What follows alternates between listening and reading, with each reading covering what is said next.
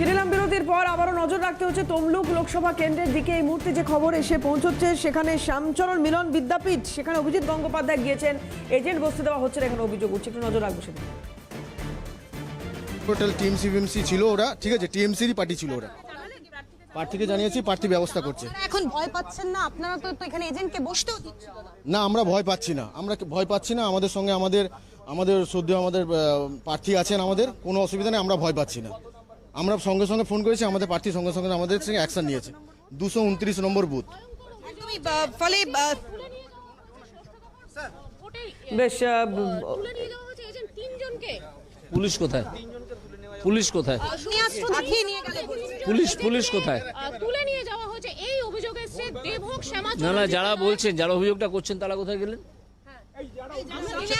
অভিযোগ করছেন বেশ কিছু এজেন্টরা, তাদের বক্তব্য তিনজনকে তাদেরকে তুলে নিয়ে যাওয়া যে ছবি আমরা দেখতে পাচ্ছি ইতিমধ্যেই প্রার্থী আসাতে পুলিশকে আমরা কল করেছি, ইউআর টিমকে আমরা কল করেছি, ওনাদেরকে বলেওছি, ওনারা দেখছেন বলছেন, কিন্তু এই মুহূর্তে ওনাদের খোঁজ পাওয়া যাচ্ছে না যে তিনজনকে আমরা মানে হারিয়ে। খোঁজ পাওয়া যাচ্ছে না, কিউআরটি দেখছে বলেছে তো? হ্যাঁ, দেখছে বলছে, কিন্তু এখনো কোনো আমরা হদিশ পাইনি। পুলিশ কোথায়?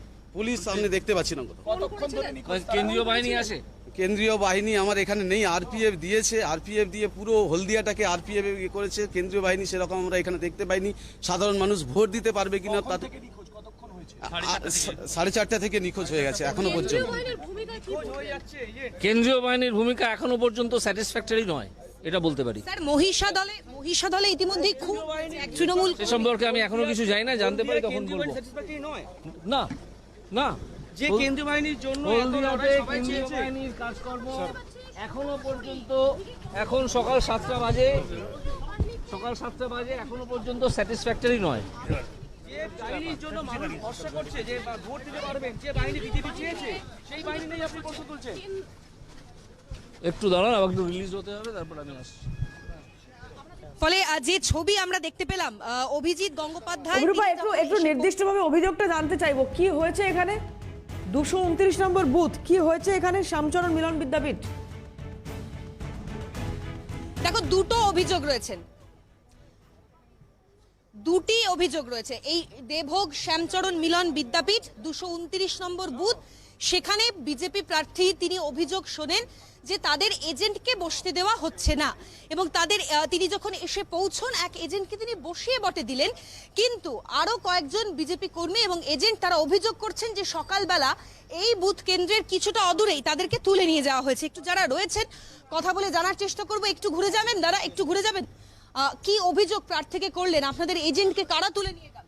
আমাদের এজেন্টকে এখানে ভোর 4:30টার সময় আমরা এজেন্ট ঢোকানোর জন্য এসেছিলাম। আমাদের 3জন এজেন্টকে টিএনসির গুন্ডা বাহিনী, হারমাত বাহিনী এখান থেকে তুলে নিয়ে কোথায় নিয়ে চলে গেছে আমরা এখনো খোঁজ পাইনি।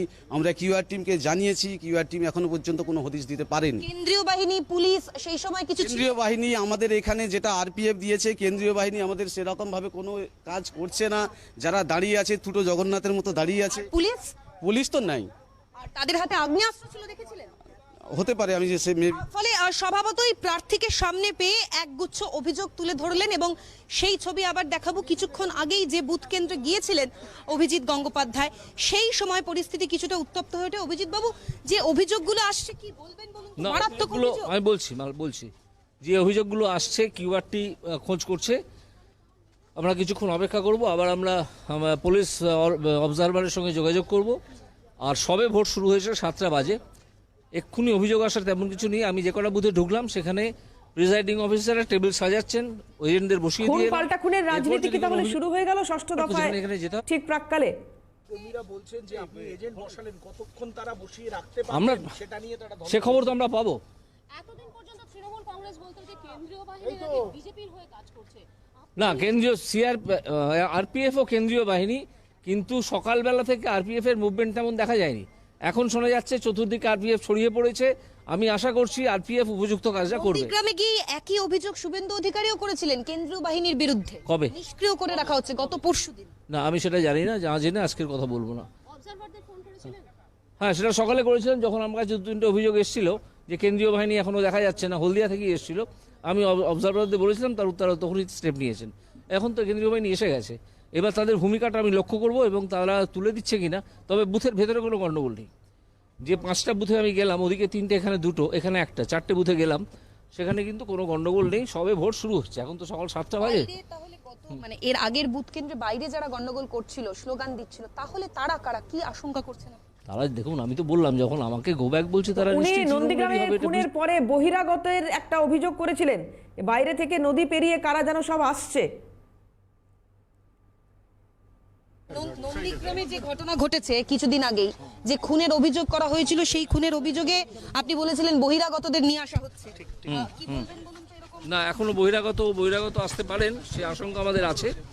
এখনো পর্যন্ত আমি রিপোর্ট পাইনি নন্দীগ্রাম থেকে, রিপোর্ট পেলে নিশ্চয়ই আপনাদেরকে জানাবো। ফলে কথা বলছিলাম প্রার্থীর সঙ্গে দেবারতী, তুমি যে প্রশ্নগুলো অভিরূপা, থেকে আপাতত অনেক করছিলে, ধন্যবাদ। কথা বলছিলাম, অভিরূপা সাহা আমাদের সঙ্গে ছিলেন। হলদিয়া বা এই তমলুক লোকসভা কেন্দ্রের বিভিন্ন এলাকা দফায় দফায় উত্তপ্ত হচ্ছে, ঘুরছেন বিভিন্ন জায়গায় বিজেপি প্রার্থী। ইতিমধ্যে নির্বাচন শুরু হয়ে গিয়েছে, 7টা বেজে গিয়েছে, বিভিন্ন জায়গায় লম্বা লাইন আস্তে আস্তে চোখে পড়ছে।